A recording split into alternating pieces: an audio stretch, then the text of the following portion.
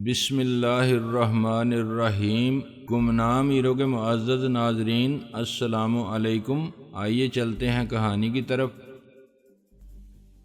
میں نے کہا تو کیوں جاگ رہی ہے اس وقت؟ ابا رات کو نکلا تھا، ابھی تک آیا نہیں، اسے بخار تھا۔ میں نے کہا پاگل، وہ میرے پاس آیا تھا، میں اسے ہسپتال لے گیا تھا، داخل کرا دیا ہے۔ ہسپتال میں داخل کرایا ہے ان کو؟ کیوں؟ علاج کے لیے اور کس لیے؟ میں نے ہنس کے کہا چل جا، آرام سے سو جا، وہ اب ٹھیک ہیں، اماں کو بھی بتا دینا۔ تمہارا مہربانی بیٹا۔ دروازے کے پیچھے سے کمر کی ماں نے کہا۔ بیٹا؟ میں نے تڑپ کے کہا میں تمہارا بیٹا نہیں ہوں، خبردار جو پھر کبھی مجھے اپنا بیٹا کہا، میں کسی کا بیٹا نہیں ہوں۔ میرا خیال ہے کہ دروازے کے پیچھے وہ حیران اور شرمندہ ہوئی ہوگی، اس سے پہلے میں نے کبھی اس کی آواز نہیں سنی تھی۔ کمر میرا کھانا لاتی تھی تو یہ پوچھتی تھی، اماں نے کہا ہے کل سے تم کھانا کم کھا رہے ہو، کیا کھانا خراب ہے؟ اور میں ہنس کے جواب دیتا تھا نہیں، میرا دماغ خراب ہے، یا کہہ دیتا تھا میں بہت موٹا ہو رہا ہوں، کھانا کم کر دیا ہے۔ کبھی وہ پیغام بھی لے آتی تھی، ماں کی طبیعت خراب ہے، لیڈی ڈاکٹر کو بلا دو۔ کون لیڈی ڈاکٹر؟ وہ مجھے ایک پرچی تھما دیتی، کو پرانا نسخہ جس پر لیڈی ڈاکٹر کا نام اور فون نمبر ہوتا تھا۔ میں فون کر دیتا ہوں، مگر تمہارے گھر میں فون کیوں نہیں ہے؟ ناصر بھائی یہ ابا سے پوچھنا، وہ کہتی۔ اور ہاں، اماں پوچھ رہی تھی کہ اتنے دن تم کہاں غائب رہتے ہو، تمہیں بہت لوگ پوچھنے آتے ہیں، آنے دو۔ فون کی گھنٹی بھی بجتی رہتی ہے۔ فون کی گھنٹی کا اور کام کیا ہے ویسے؟ اب میں چوکیدار کو رکھ لوں گا، تو بھی ایسے اندر نہیں آ سکے گی گواچی گاں کی طرح۔ گواچی گاں وہ کیا ہوتا ہے؟ میں ہنس پڑتا۔ ہوتا ہے نہیں بے وقوف، ہوتی ہے لوارس پھرنے والی گائے۔ میں لوارس گائے ہوں؟ کبھی تو اللہ میاں کی گائے کہتے ہو بھائی، کبھی پاگل اور بے وقوف، اس میں برا ماننے کی کون سی بات ہے؟ بھائی میں فرسٹ آئی ہوں کلاس میں ہوں گی 3 لڑکیاں، ایک نے امتحان نہیں دیا ہوگا، ایک فیل ہو گئی تو فرسٹ آ گئی۔ جی نہیں، 120 لڑکیاں تھیں، فرسٹ ایئر میں سب سے زیادہ میرے نمبر ہیں۔ فرسٹ ایئر کچھ نہیں ہوتا، ایف ایس سی میں A1 گریڈ آنا چاہیے، کم سے کم A گریڈ، اس کے بعد ہی میڈیکل کالج میں داخلہ ہوگا۔ بھائی پھر تو میں ڈاکٹر بن جاؤں گی نا؟ میں نے ٹھنڈی سانس لے کر کہا ہاں، بڑا برا زمانہ آ گیا ہے اور آنے والا ہے۔ اچھا، فرسٹ آنے پر میرا انعام چاکلیٹ، آئس کریم، کیک۔ کمر ابھی 4 دن پہلے سالگرہ پر جو ٹھونسا تھا۔ 4 دن کہاں بھائی، وہ تو بہت دن ہو گئے، 6 نہیں 5 دن۔ اس وقت وہ ٹوٹے ہوئے ہاتھ کو جھولے جیسی پٹی میں لٹکائے حیران کھڑی تھی۔ میرا یہ لہجہ اس کے لیے قطعی اجنبی تھا۔ اس کی ماں نے کوئی ایسی بات نہیں کی تھی جس پر میں اتنے شدید رد عمل کا اظہار کرتا۔ میں نے گاڑی بند کر کے اسے بلایا، اس کی آنکھوں میں آنسو تھے۔ بھائی ابا نے کچھ بتایا آپ کو؟ اس نے کہا ہاں، اس نے بتایا کہ تو گر گئی تھی سیڑھیوں سے، صرف ایک ہاتھ ہی ٹوٹا تیرا۔ اس نے حیران سوالیہ نظریں اٹھائیں۔ نہیں بھائی۔ کیا نہیں بھائی؟ نظر آ رہا ہے ایک ہاتھ ٹوٹا ہوا، کیا پتا یہ بھی تیرا ڈرامہ ہو۔ میں نے کہا ناصر بھائی، ابا نے یہ نہیں بتایا ہوگا کہ میں سیڑھیوں سے نہیں گری تھی؟ بکواس بند کر، ابا نے یہی بتایا تھا، میں بھی یہی کہہ رہا ہوں اور یہی صحیح ہے۔ میں برہمی سے بولا خبردار جو اور کچھ کہا۔ وہ سہم گئی۔ اچھا بھائی، اور دیکھ کل سے تو گاڑی میں جائے گی، کالج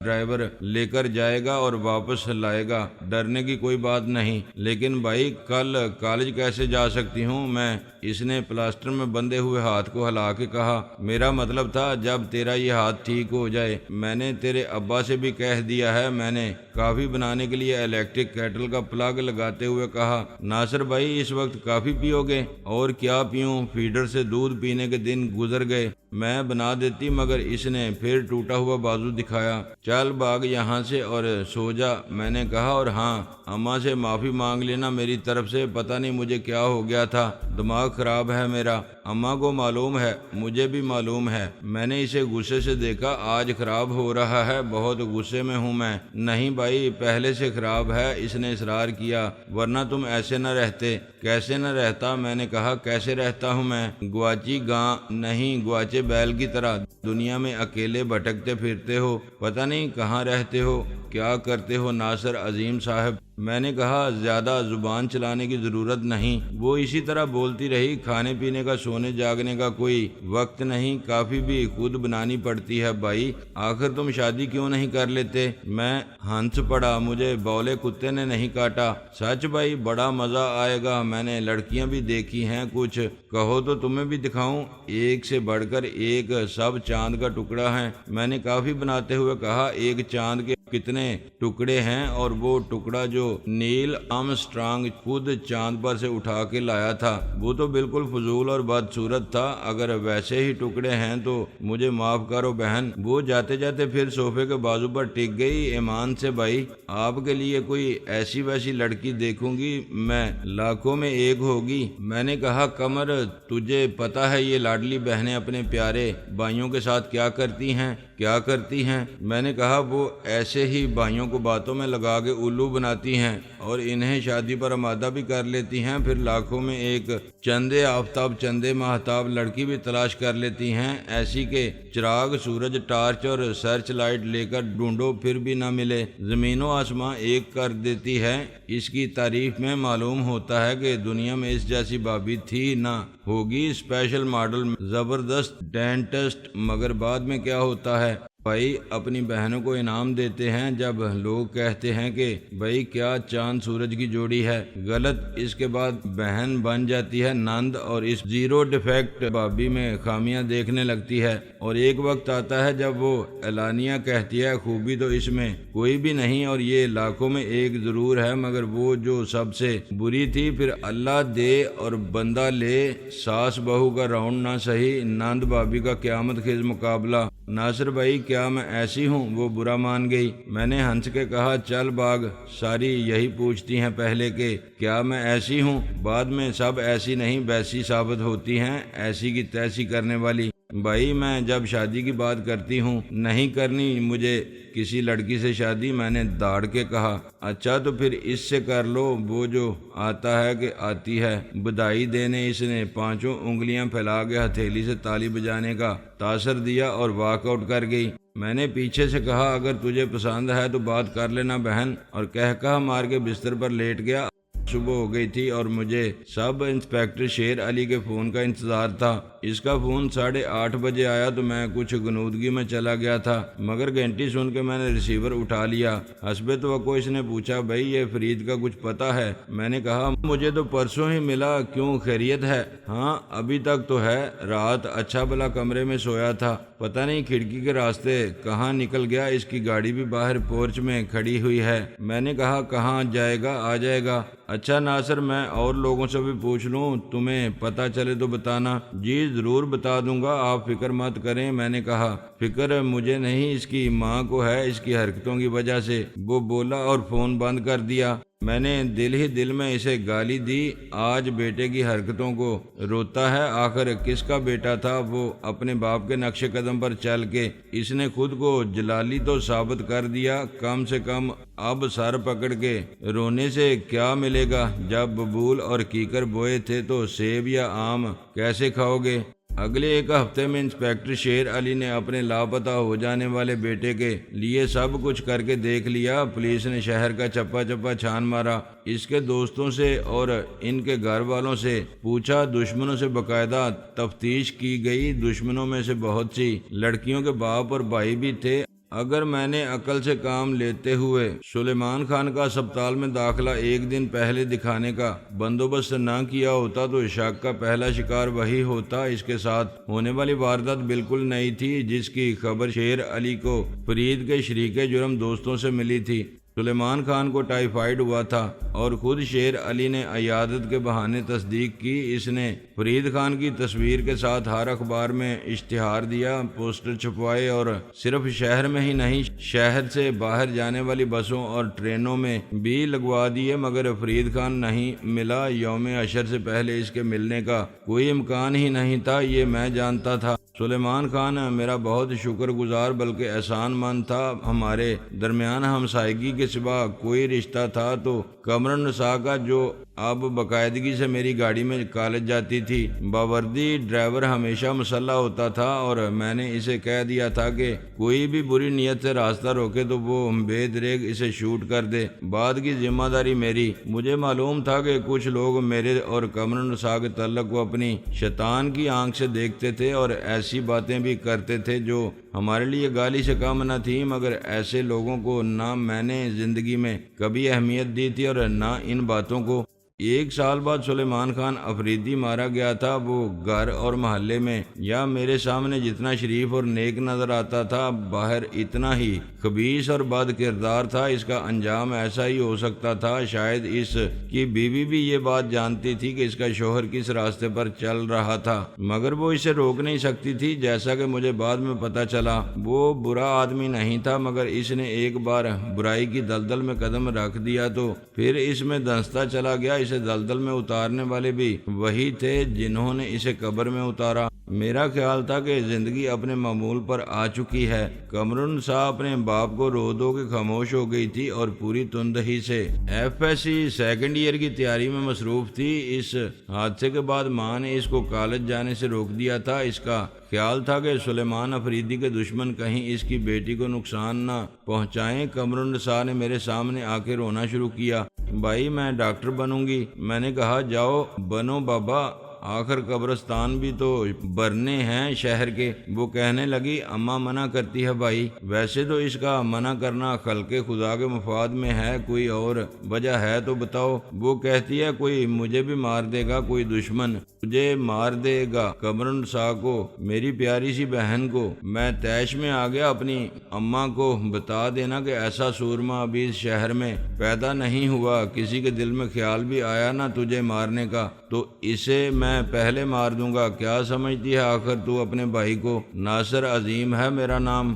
اب ڈرائیور میرے حکم پر کلاشنکوف رکھنے لگا تھا۔ قمر النساء نے پھر کالج جانا شروع کر دیا، مگر نتیجہ آیا تو اس کے نمبر بہت کم تھے۔ فرسٹ ایئر میں سب سے زیادہ نمبر لینے والی سیکنڈ ایئر میں A گریڈ بھی نہ لے سکی۔ غالباً اس کے ذہنی انتشار کے باعث ایسا ہوا۔ اس کا دل تعلیم سے اچاٹ ہو گیا کیونکہ اس کا ڈاکٹر بننے کا خواب ادھورا رہ گیا تھا۔ میں نے اسے بہت ڈانٹا۔ سب بے وقوف لڑکیاں بس ایک ہی خواب دیکھتی ہیں، ڈاکٹر بن جائیں۔ جھک مار رہے ہیں بے روزگار ڈاکٹر اور تم خاک ڈاکٹر بنو گی۔ کاکروچ اور چھپکلی کو دیکھ کر تھر تھر کانپنے والی لڑکی مردوں کی چیر پھاڑ کر سکتی ہے بھلا؟ بھائی میں سب کچھ کر سکتی ہوں۔ میں نے کہا اوکے پھر پروفیسر بن کے دکھاؤ، MA ڈبل MA PhD کرو۔ وقت ہی ضائع کرنا ہے نا، عقل تو وہی رہے گی جو نہ ہونے کے برابر ہے۔ ڈگری سے کیا ہوگا؟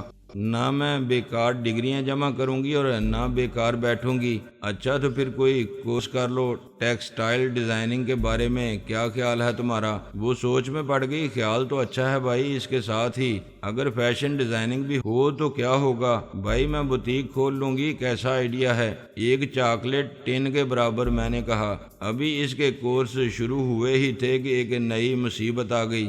اس کی ماں عدت کا زمانہ اپنے گھر میں خاموشی سے گزار رہی تھی۔ ان کا کوئی عزیز رشتہ دار اس غم میں شریک ہونے نہیں آیا تھا۔ مجھے تو اندازہ ہی نہ تھا کہ عدت کے دن کب پورے ہوں گے۔ میری زندگی کے صبح و شام کا حساب الگ تھا۔ میرے لیے وہ اچانک ہونے والا دھماکہ ہی تھا۔ ایک دن میں گھر لوٹا تو مجھے سلیمان خان افریدی کے گھر کا دروازہ مقفل نظر آیا۔ یہ میرے لیے خلاف معمول بات تھی۔ قمر نے ہارن کی آواز پر بھی کھٹاک سے کنڈی کھول کے نہیں کہا سلام بھائی۔ میں نے گیٹ پر کھڑے ہوئے چوکیدار سے پوچھا کہاں گئے یہ لوگ؟ چوکیدار نے سلوٹ کے انداز میں سلام جاڑا۔ چھوٹا بی بی لوگ اندر ہے صاحب۔ میں اندر گیا تو قمر النساء بت بنی صوفے پر بیٹھی خاموش آنسو بہا رہی تھی۔ میں نے گھر میں ادھر ادھر نظریں دوڑائیں کہ شاید کہیں اندر اس کی ماں بھی ہو، مگر مجھے کوئی آہٹ تک سنائی نہ دی۔ ویسے بھی یہ تقریباً ناممکن تھا کہ وہ اپنا گھر چھوڑ کے میرے گھر میں آ بیٹھے۔ اگر وہ خطرہ محسوس کرتی تب بھی ایسا نہ کرتی۔ وہ قمر النساء کے ذریعے میرے گیٹ پر ہر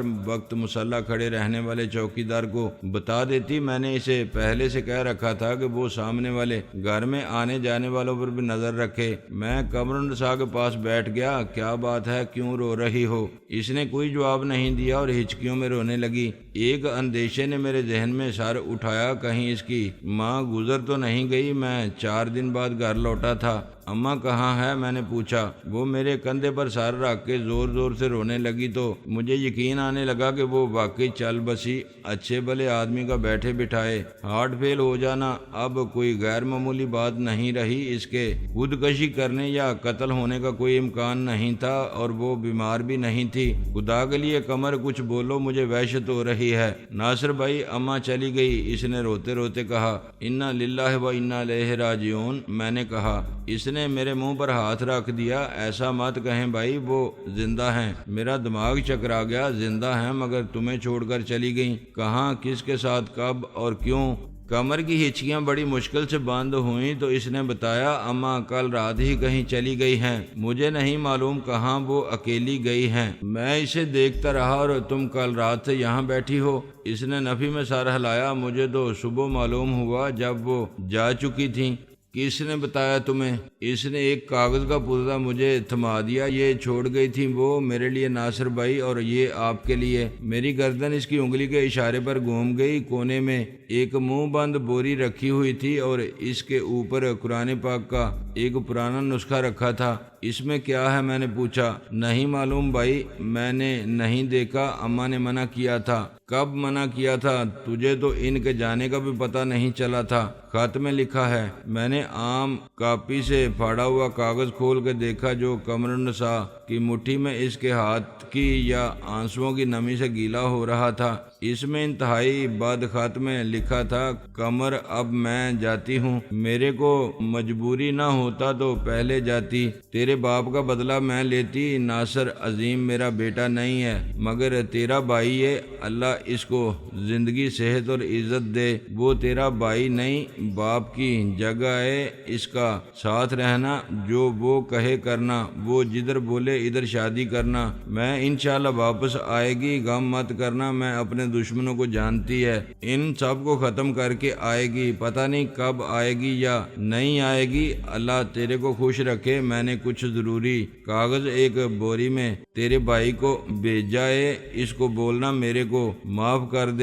تو کسی چیز کو ہاتھ مت لگانا، اللہ تیرے کو خوش رکھے۔ میری عقل خب تو رہی تھی۔ میں نے خط قمر کو دیا اور خود قرآن پاک کا نسخہ اٹھا لیا۔ میرا ارادہ بوری کھول کے دیکھنے کا تھا مگر مجھے قرآن کے صفحات میں سے ایک کاغذ کا کونا نکلا ہوا نظر آیا۔ میں نے اسے کھینچ لیا۔ اس پر لکھا تھا، قرآن پاک تمہارے ہاتھ میں ہے، تم کو اس کا قسم یہ رکھو اور قمر النساء کا خیال چھوٹی بہن کا طرح کرو جیسا اب تک کیا۔ میرا دماغ گھوم گیا۔ اللہ کی کتاب واقعی میرے ہاتھ میں تھی اور میں اس عورت کے دیے ہوئے حلف کا پابند ہو گیا تھا۔ غصے سے میرا برا حال ہو گیا۔ کیا اسے اعتبار نہیں تھا مجھ پر؟ کیا جو کچھ میں نے اس کے شوہر کے لیے کیا تھا صرف قمر النساء کی خاطر وہ کافی نہیں تھا یہ ثابت کرنے کے لیے کہ میں قمر النساء کو واقعی چھوٹی بہن سمجھتا ہوں، اس کی خاطر جان بھی دے سکتا ہوں اور لے بھی سکتا ہوں؟ پھر یہ قرآن اٹھوا کے حلف دینا۔ میں نے قرآن پاک کو چوم کے ایک طرف رکھ دیا اور بوری کا منہ کھولا جسے موٹے ٹانکے لگا کے بند کیا گیا تھا۔ اس میں نوٹ بھرے ہوئے تھے، 100 کے اور 500 کے، نئے پرانے، کچھ گڈی کی صورت میں، کچھ کھلے ہوئے۔ یہ تھے وہ ضروری کاغذات جن کو ہاتھ لگانے سے اس نے قمر النساء کو منع کیا تھا۔ سلیمان خان افریدی کی وہ دولت جو اس کی بیوی نے جمع کر رکھی تھی، اگر بینکوں میں تھی تو نکلوا لی تھی یا گھر کے صحن میں دفن تھی تو کھود کے نکال لی تھی۔ جانے سے پہلے وہ سب کچھ قمر النساء کے لیے چھوڑ گئی تھی اور مجھ سے حلف اٹھوا گئی تھی کہ یہ سب میں رکھوں۔ غصے نے مجھے پاگل کر دیا۔ میں نے قمر النساء کی ماں کو خوب بے نقط سنائی، یہ چھوڑ گئی ہے وہ تمہارے لیے، قسم خدا کی آگ لگا دوں گا ان سب کاغذوں کو۔ میں کیا خیال تھا اس کا؟ کیا میں کنگال ہوں؟ مجھے ایک بہن بھاری ہوگی، اس کی پرورش کا بار نہیں اٹھا سکوں گا میں، اور وہ خود کو کیا سمجھتی ہے، نکل گئی دشمنوں سے بدلہ لینے کے۔ ایک عورت اپنے شوہر کے قاتلوں کو ختم کرے گی؟ مائی فٹ! ارے بابا، ان کو پہچانتی تھی تو مجھے بتاتی، میں ایک ایک کو اٹھوا کے یہاں اس کے قدموں میں ڈال دیتا، خود گولی مار دیتی انہیں اپنے ہاتھ سے۔ ٹھیک ہے، میں نے خود کو اس کا بیٹا تسلیم کرنے سے انکار کر دیا تھا مگر وہ تو بیٹی کی ذمہ داری بھی نہیں اٹھا سکی۔ کیسی ماں تھی وہ؟ چھوڑ کے بھاگ گئی۔ اسے ناصر بھائی انہیں کچھ مت کہیں، آپ نے ان کو برا کہا تو میں چلی جاؤں گی، کہیں زہر کھا لوں گی۔ وہ چلا چلا کے رونے لگی۔ میرا غصہ ایک دم ٹھنڈا پڑ گیا، میں اس کے پاس بیٹھ گیا۔ تم میری بہن، میری منی سی بہن، مت رو۔ میں غصے میں پاگل ہو گیا تھا، پتہ نہیں کیا کہہ گیا، مجھے معاف کر دے۔ I am sorry. دیکھ کوئی اور نہیں ہے میرا بھی اس دنیا میں، تو مجھے چھوڑ گئی نا، یا تو مر گئی تو۔ اس نے میرے سینے پر سے سر اٹھا کے میرے منہ پر ہاتھ رکھ دیا۔ نہیں ناصر بھائی، آپ کو میرے لیے زندہ رہنا ہے اور اپنے لیے، ہم دونوں ایک دوسرے کے لیے زندہ رہیں گے۔ میں نے اس کی ماں کا چھوڑا ہوا قرآن بیچ میں رکھ لیا، اس پر ہاتھ رکھ کے وعدہ کر میری طرح۔ اس نے اپنا ہاتھ میرے ہاتھ کے ساتھ رکھ دیا۔ میں وعدہ کرتی ہوں۔ میں نے اسے وہ کاغذ کا پردہ دکھایا جو قرآن پاک کے درمیان میں اس کی ماں نے رکھا تھا۔ میں تو پہلے ہی حلف اٹھا چکا ہوں۔ بڑی چالاکی سے تیری ماں نے کچھ کہے بغیر مجھے اتنی بڑی قسم دے دی۔ یہ تقریباً 7 سال پہلے کی بات تھی۔ اس عرصے میں ہر عید پر قمر النساء کو ماں کا بھیجا ہوا کارڈ مل جاتا تھا، سالگرہ بھی وہ نہیں بھولتی تھی۔ قمر النساء پہلے چھپ کے ہر روز روتی تھی، پھر سال میں 2 بار رونے لگی۔ اس نے ٹیکسٹائل ڈیزائننگ میں اور فیشن ڈیزائننگ میں ڈپلومہ لے لیا۔ میں نے اس کی ماں کے پیسے سے ایک عالی شان بوتیک کھول دیا اور ایک بیوٹی پارلر